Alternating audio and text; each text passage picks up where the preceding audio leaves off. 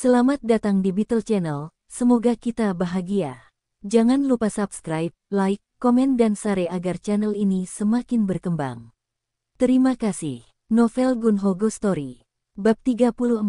Satu-satunya ruangan yang digunakan Gunho di kondominium besar ini adalah kamar tidur utama. Di kamar tidur utama terdapat tempat tidur, meja, dan rak buku. Segala macam buku tentang manajemen ditempatkan di rak buku. Gunho pernah berpikir untuk memelihara seekor anjing karena kesepian dan kemudian dia memutuskan untuk tidak melakukannya karena dia menyadari bahwa dia harus merawat anjing itu dan dia tidak yakin apakah dia bisa hidup dengan semua bulu yang akan ditumpahkan oleh seekor anjing. Setelah menggosok gigi, Gunho menuju ke kota Asan. Dia berkendara di jalan tol sambil menyanyikan Bohemian Rhapsody. Dia menikmati momen ini. Gunho memasuki kota Dunpo di kota Asan setelah keluar dari Checheonan Utara dan melewati kota Seongwan. Dia sedang melewati lembah Asan Tekno ketika dia memutuskan bahwa, suatu hari nanti saya akan memiliki pabrik besar seperti salah satu pabrik di lembah Tekno ini. Saya pasti akan memiliki pabrik manufaktur yang sangat besar. Gunho dapat melihat bangunan pabrik YST ketika dia memasuki kota Sinbong di Dunpo. Saya kembali ke sini lagi, dan itu membuat saya sangat emosional. Land Rover Gunho perlahan masuk ke halaman pabrik. Gunho dapat melihat tidak banyak pekerja pabrik di pabrik tersebut. Ada beberapa pekerja berseragam tapi dia tidak bisa mengenali satupun dari mereka. Sulit untuk menemukan pekerja yang bisa bekerja dalam jangka waktu lama di perusahaan kecil atau menengah. Perusahaan ini memiliki tingkat keluar masuk yang tinggi dan saya tidak melihat ada orang yang dapat saya kenali. Gunho berjalan ke lantai 2 dan membuka pintu kantor. Manajer Wang, saya di sini. Oh, kamu datang. Apakah itu Tuan Gunho Go? Ada manajer lain di departemen penjualan yang mengenali Gunho dan mengulurkan tangannya untuk berjabat tangan. Ada seorang wanita baru yang sedang duduk di meja yang biasa digunakan oleh manajer Kim di departemen akuntansi. Manajer Wang hendak pergi ke kantor presiden untuk memberitahu dia bahwa Gunho ada di sini ketika Gunho meraih lengannya. Saya akan pergi menemui presiden sendiri. Gunho mengetuk kantor presiden sebelum dia memasuki kantor.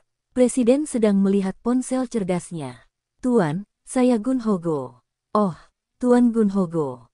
Presiden berdiri. Gunho berlutut di lantai dan berkata, Tuan, izinkan saya membungkuk dalam-dalam kepada Anda. Tidak, Tuan Go, apa yang kamu lakukan? Bangunlah. Saya tidak pernah melupakan kemurahan hati yang telah Anda tunjukkan kepada saya.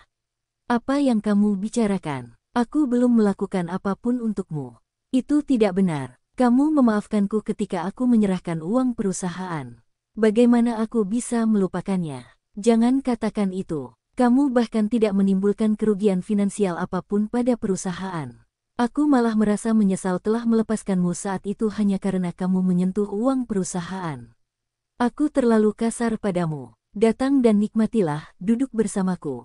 Presiden berjalan menuju meja konferensi dan duduk di sana. Gunho duduk di sisi lain meja sehingga dia bisa melihat dan berbicara langsung dengan presiden. Gunho memandang presiden yang Sikpark dengan cermat. Dia tampak kehilangan lebih banyak rambut dan mendapatkan banyak kerutan di sekitar matanya. Dia memang pria tampan seperti bintang film, tapi sepertinya dia tidak bisa membantu dengan penuaan. Tampaknya Anda baik-baik saja, Tuan Gunho Go. Apa pekerjaan Anda akhir-akhir ini? Saya menjalankan bisnis properti sewaan. Saya punya Onerumtels. Bisnis Onerumtel pasti membutuhkan banyak biaya untuk memulainya. Anda pasti menghemat banyak uang. Saya memang menghasilkan uang di Tiongkok. Apa yang kamu lakukan di Tiongkok? Saya mengelola sebuah restoran di sana, dan saya menghasilkan uang dengan menjual kondominium yang saya beli di sana. Aku mengerti, itu bagus. Gunho tidak menyebutkan tentang saham, properti nyata yang dibelinya di lelang, dan investasi dalam usaha patungan dengan Tiongkok. Saya diberitahu bahwa Anda mengenal seseorang yang berkecimpung dalam bisnis uang keras. Saya rasa tidak mudah meminjam uang dari mereka. Biasanya mereka membutuhkan jaminan yang kuat untuk meminjamkan uang. Saya pikir begitu. Jadi, saya berpikir karena saya punya uang yang ditabung untuk membeli Onerumtel lain, Anda bisa meminjam uang itu dari saya. Dari Anda, secara pribadi, saya melihat Anda mencoba membantu saya, tetapi saya tidak memiliki properti apapun yang dapat saya tawarkan kepada Anda sebagai jaminan. Semua properti yang saya miliki sudah digunakan oleh lembaga keuangan non-bank untuk meminjam uang. Saya sadar akan situasinya. Uang yang saya pinjamkan kepada Anda tidak akan menyelesaikan masalah yang Anda hadapi. Lalu kenapa kamu mau meminjamkan uang padaku? Saya hanya ingin membantu Anda karena Anda telah bermurah hati kepada saya. Anda konyol. Gunho mengeluarkan sebuah amplop dari sakunya. Apa ini? Harganya 200 juta won. Apakah kamu serius tentang ini? Ini adalah jumlah yang bisa kamu gunakan untuk membeli sebuah kondominium di kota Asan. Saya tahu itu.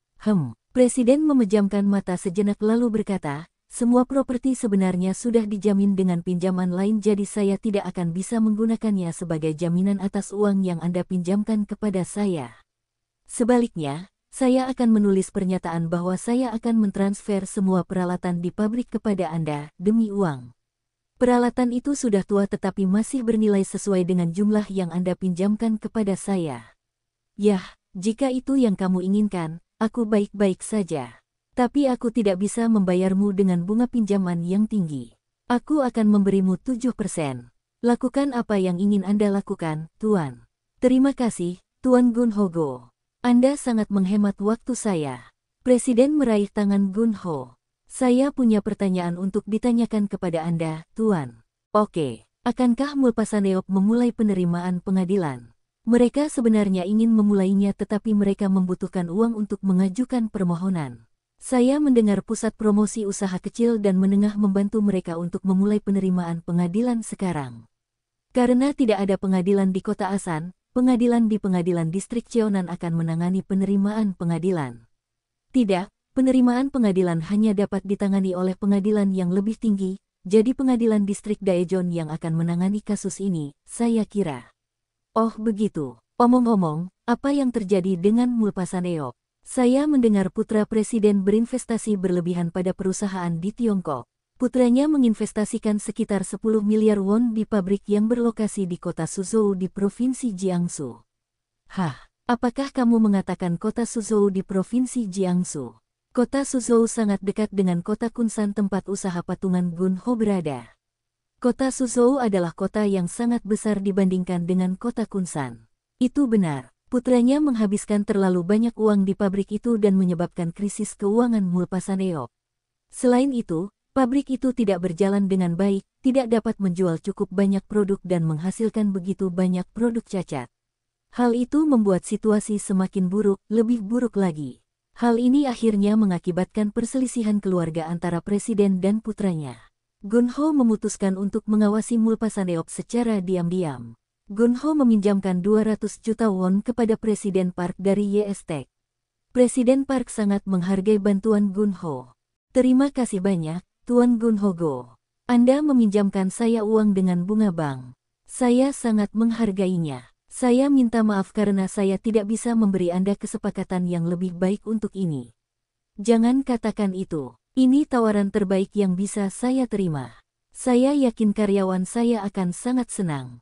Tuan Gunho, saya merasa jauh lebih bahagia saat melihat karyawan saya senang daripada saat saya aset pribadi meningkat. Saya sangat menghormati Anda, Tuan, dengan pola pikir mulia Anda. Terima kasih. Oh. Berikan nomor rekening bankmu di mana aku bisa mengirimkan bunga pinjamannya. Ini salinan rekening bank saya. Anda dapat menggunakan rekening ini untuk membayar bunga bulanan. Ini pernyataan saya yang mengatakan saya mentransfer semua peralatan pabrik saya kepada Anda jika saya tidak dapat membayar Anda kembali. Meskipun Gunho meminjamkan uangnya kepada Presiden YesTech, dia tahu bisnis perusahaan tidak akan membaik. YesTech tidak akan mampu bertahan tanpa Mulpasaneop. Jika Mulpasaneop tidak menstabilkan situasi bisnis dan keuangannya, YesTech akan terus menderita, dan saya tidak akan menerima imbalan uang dari mereka. Gunho memikirkan tentang nilai peralatan pabrik YesTech jika presiden tidak dapat membayarnya kembali. Jumlahnya bahkan tidak sampai 20 juta won. Namun, saya merasa beban ini sudah hilang dari pundak saya.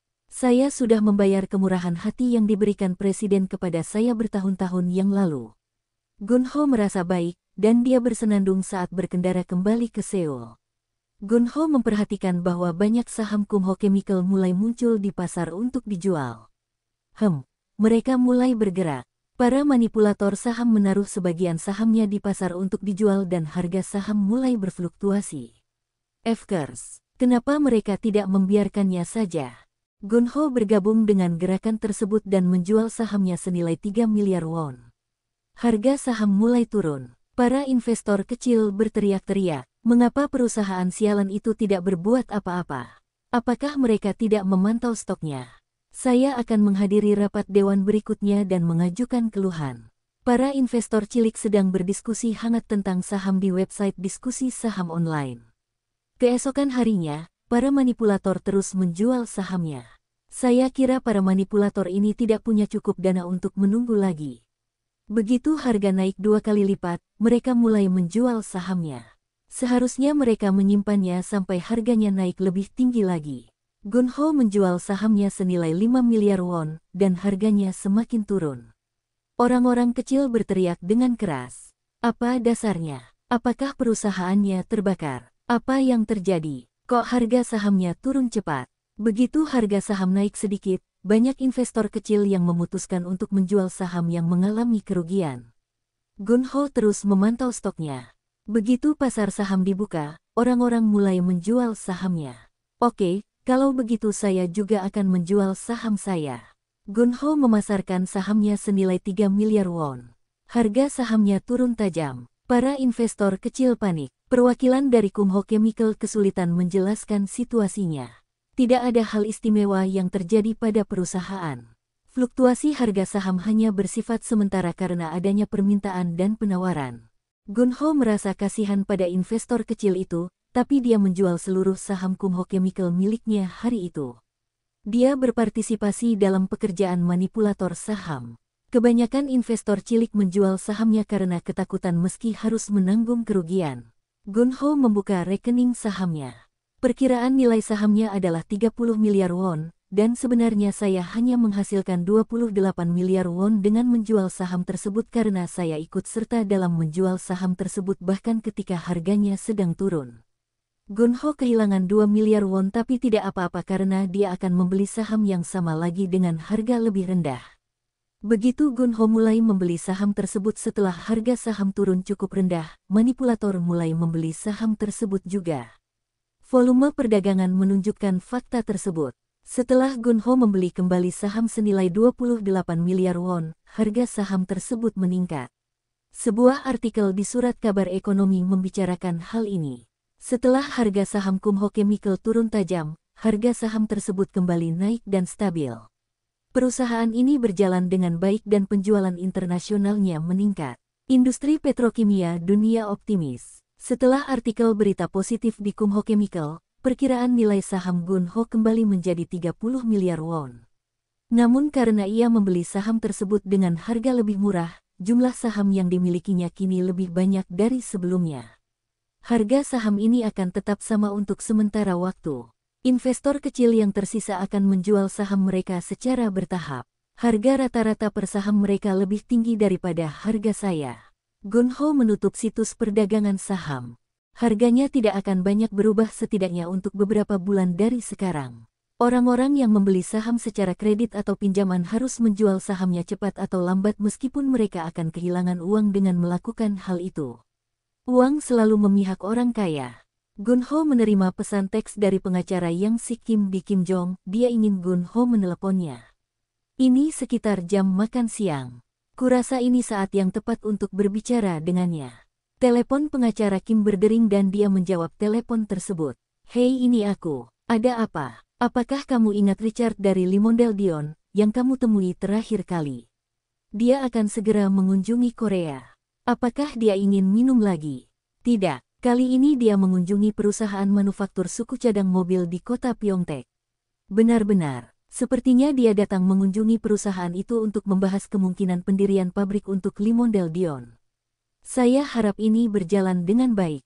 Dia sebenarnya ingin kamu ikut bersamanya saat dia mengunjungi perusahaan itu. Kenapa? Saya tidak ada hubungannya dengan urusan suku cadang mobil. Saya menjalankan bisnis properti persewaan. Dia menyukai kenyataan bahwa kamu dulu bekerja di pabrik plastik sebagai mekanik.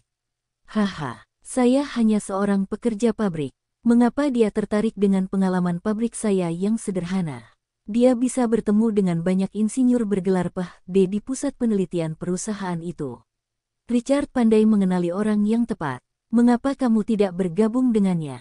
Kamu akan belajar banyak hal baru. Bersambung, terima kasih telah menyaksikan dan mendukung channel ini.